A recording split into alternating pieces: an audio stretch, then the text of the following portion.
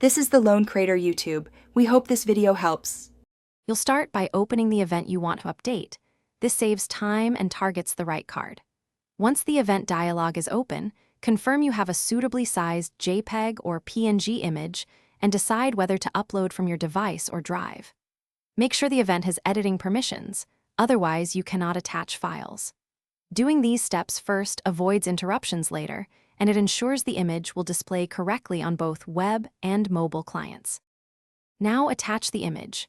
Click Add Attachment or the paperclip icon inside the event editor and pick Upload or My Drive. If you drag the file into the dialog, the uploader shows progress. Wait until it finishes so the file isn't corrupted. Once uploaded, click the image to confirm it appears in the Attachments list, and then select Attach or select to add it to the event. This links the image to the event so guests can view or download it. Finish by saving the event. This ensures the attachment is stored and not just local to your editor. Make sure Drive sharing settings allow guests to view the file. If they can't, open the file in Drive, change permissions to anyone with the link or specific people, and then resave the event.